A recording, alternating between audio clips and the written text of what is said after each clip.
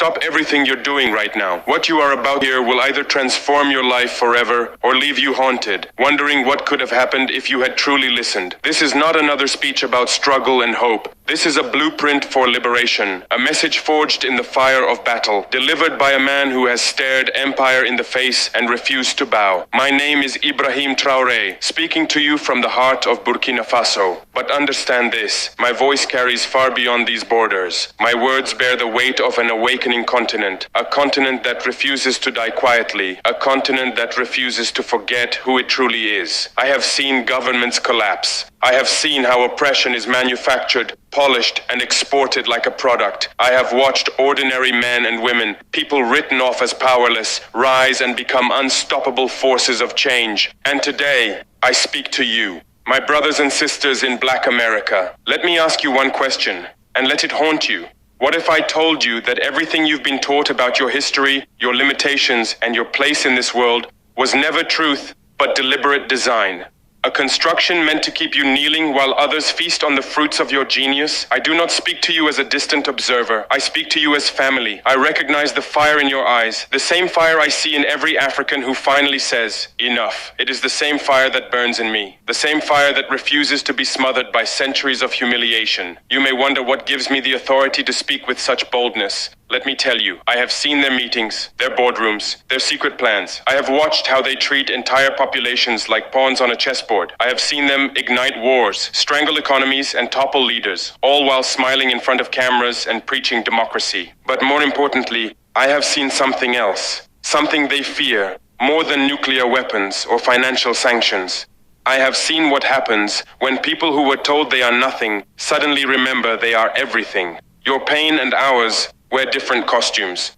Police brutality in your cities, economic colonization in our villages, educational apartheid in your schools, resource theft in our lands.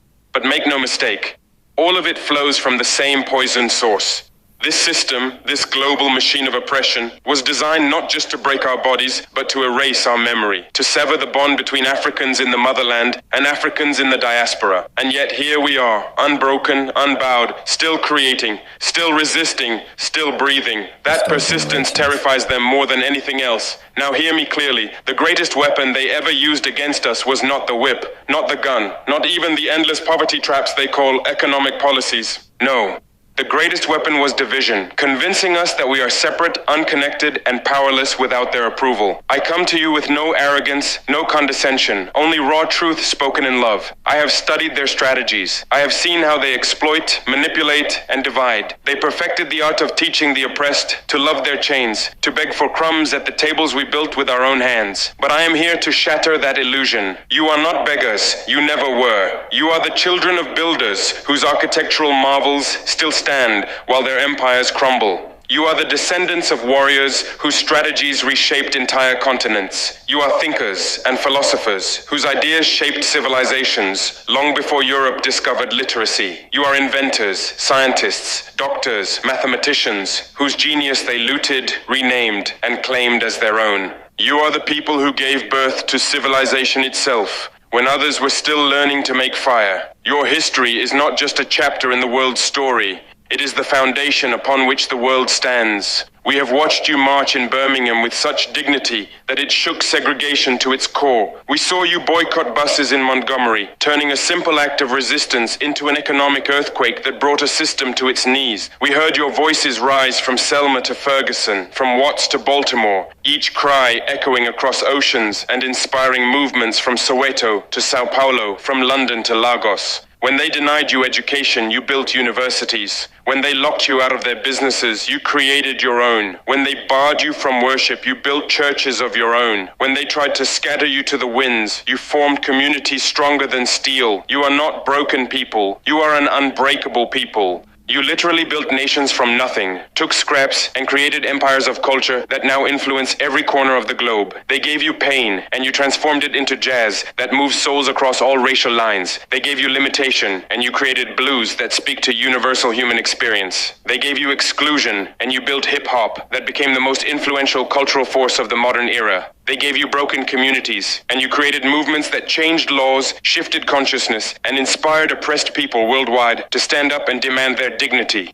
But here's what they desperately hope you never figure out. The fight is not over. In fact, it has evolved into something far more subtle and dangerous than anything your ancestors faced. The enemy has simply learned new tactics and developed more sophisticated weapons. Where they once used physical chains, they now use psychological programming. Where they once relied on legal segregation, they now employ economic policies that achieve the same results. Where they once burned crosses to terrorize you, they now program algorithms to limit your opportunities and amplify negative stereotypes about your communities. They have mastered the art of oppression through deception, so subtle you don't recognize it as oppression. They create distractions so entertaining, you forget what you should be focused on. They manufacture confusion so complete, you begin to question your own lived experiences and inherited wisdom. And here's the key to understanding everything that happens in global politics, economics, and social policy. They fear unity among people who know their true worth more than they fear any army, any nuclear weapon, or any natural disaster. They have contingency plans for economic collapse, for climate change, for pandemics, and for wars between nations. But they have no effective defense against the unity of conscious people who understand their collective power and decide to use it strategically. They fear specifically when black voices in America connect with their family in Africa. They panic when you link hands with your relatives in Jamaica, in Brazil, in London, in Paris. They deploy massive resources to prevent you from looking past the artificial borders they drew on maps and seeing the truth that we are one people, scattered by historical forces, but never truly lost to each other. Divided, we are manageable. Separate, we can be controlled, manipulated, played against each other. But united, truly united in purpose and action, we become a storm that no force on earth can withstand or redirect. Now listen carefully, because this next truth will fundamentally alter how you see yourself. You are not just Americans who happen to have dark skin. That limiting identity serves their purposes because it keeps you isolated. It makes you think your struggle is purely domestic and convinces you that you're alone in this fight against systems designed to exploit you. You are sons and daughters of a stolen continent, carriers of bloodlines that connect you to the most advanced civilizations in human history. That blood flowing through your veins right now carries the genetic memory of kingdoms that ruled when Europe was emerging from what they accurately call the Dark Ages. That spirit residing in your chest is literally unbreakable because it has survived and thrived through experiences that would have destroyed any other people in human history.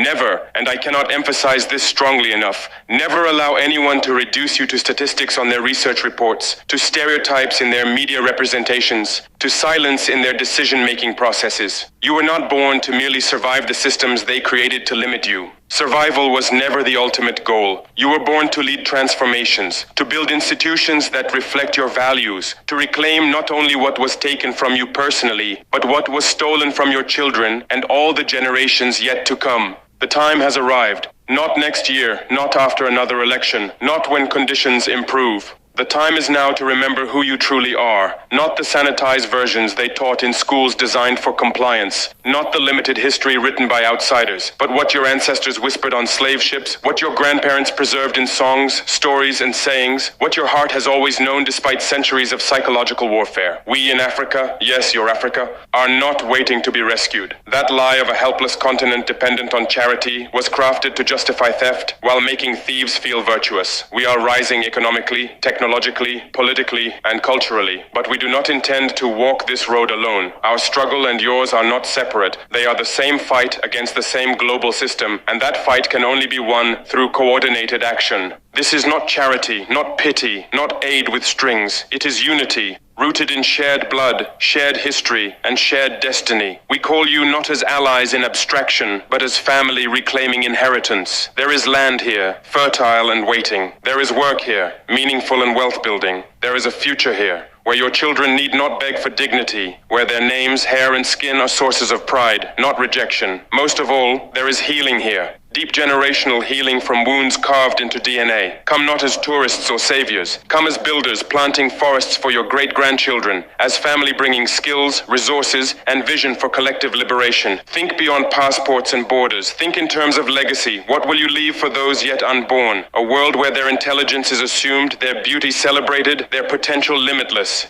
The empire that has ruled for centuries is cracking. Old alliances crumble. Economic systems once thought permanent are proving fragile. In this transition, those who know their history and their power must lead. We will not beg for seats at tables that reject us. We will not seek validation from those who profit from our doubt. We will build our own systems of justice, education, and economic strength. The time is now. The call is urgent. The question is simple. Will you answer? Understand this. Across continents, our oppression has always been one coordinated system. From Georgia's cotton fields to Sierra Leone's diamond mines, from South Africa's gold shafts to Chicago's streets, our labor built their wealth while denying us our share. Police brutality, debt slavery, resource theft, educational apartheid, these are not isolated issues but interconnected strategies of the same machine. Slavery was never just about labor. It was about destroying identity, severing roots, making resistance unthinkable. Colonialism was never just about resources. It was about dependency, so deep it survived independence. Segregation was never just about separation. It was about embedding inferiority across generations. Today, their global finance, their media stereotypes, their political manipulations all serve the same purpose: to erase our history, distort our value, and convince us our power is an illusion. They need us to see ourselves through their lens, to measure worth by their standards, to dream only dreams they approve. But we are more than their definitions. We are heirs of civilizations, builders of nations, and authors of futures. The time is now. The bridge is waiting. Will you cross it? Yet. Despite 4 centuries of the most sophisticated, well-funded, technologically advanced oppression in human history, despite every resource of every empire being deployed to break our spirits and erase our identity, we are still here. We are still creating. We are still rising. We are still refusing to accept their version of what we can become. That survival, that stubborn, magnificent refusal to disappear, is itself a form of victory they never acknowledged and never celebrated.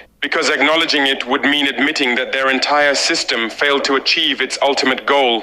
Our ancestors endured the horror of the Middle Passage and still found ways to preserve cultural elements that connect us to our origins today. They survived the brutality of plantation slavery and still created languages, music, stories, and spiritual practices that sustained community across generations. They endured the psychological warfare of Jim Crow and still built institutions, universities, businesses, churches, and organizations that educated generations and created foundations for future progress. They survived the economic violence of urban disinvestment, the educational violence of underfunded schools, the medical violence of experimentation and neglect, and the legal violence of mass incarceration designed to recreate slavery by other means. And they didn't just survive, they created. They transformed suffering into art so beautiful it moves people across all cultural and racial lines. They converted struggle into intellectual frameworks that influence liberation movements worldwide. They turned poverty into innovation, limitation into creativity, and exclusion into excellence that could not be ignored or denied. Most importantly, they found each other across impossible distances, creating networks of mutual support that transcended the artificial boundaries colonizers drew on maps to divide us. That is the power they could never take away. No matter how much violence they used, no matter how sophisticated their methods became, no matter how much money they spent on programs designed to convince us we were powerless, it's the power that flows through your bloodstream right now as you hear these words.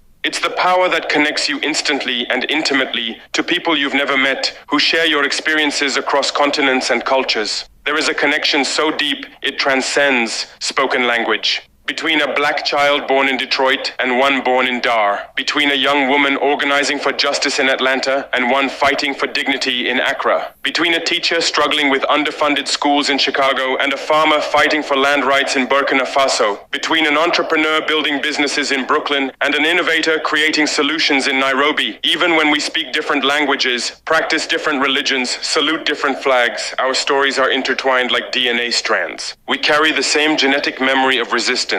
We share the same inherited wisdom about survival and thriving under impossible circumstances. We possess the same creative genius that transforms obstacles into opportunities. We are descendants of people who looked at systems designed to destroy them and said, no, we will not be broken. We will not disappear. We will not accept your definition of what we can become. That refusal, that magnificent, stubborn, unbreakable refusal is coded in our DNA, and it activates whenever we truly connect with each other across the artificial divisions they created to keep us weak. But here's what I need you to understand about this moment in history. Resilience alone is no longer sufficient. Survival, while necessary, cannot be our ultimate goal. We cannot spend another generation simply enduring systems designed to limit us, hoping that if we work hard enough and prove ourselves worthy enough, they will eventually accept us as fully human. We must build. We must create new systems that serve our interests rather than exploit them. We must rise with complete awareness of who we are, where we come from, and what we are capable of achieving when we work together with shared purpose. Our strength is not just emotional or spiritual.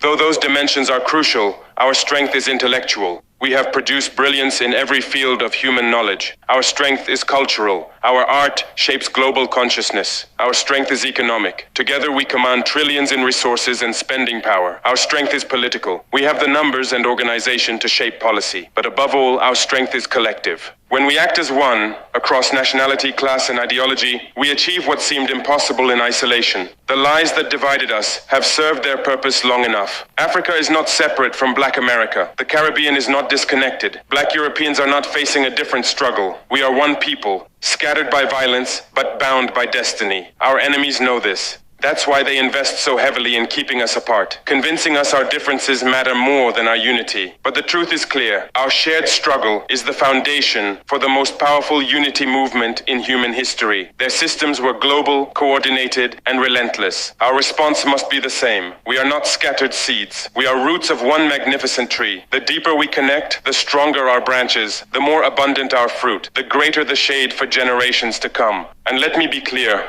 we are not here to beg for seats at tables built to exclude us. We are not here to wait for approval from those who profit from our self-doubt. That era is over. We have been victimized, yes, but we are not victims. We are defined by our refusal to be broken, by the beauty we created in the midst of ugliness, by our will to rise above obstacles meant to destroy us. They want us to believe we cannot survive without their schools, their jobs, their loans, their validation.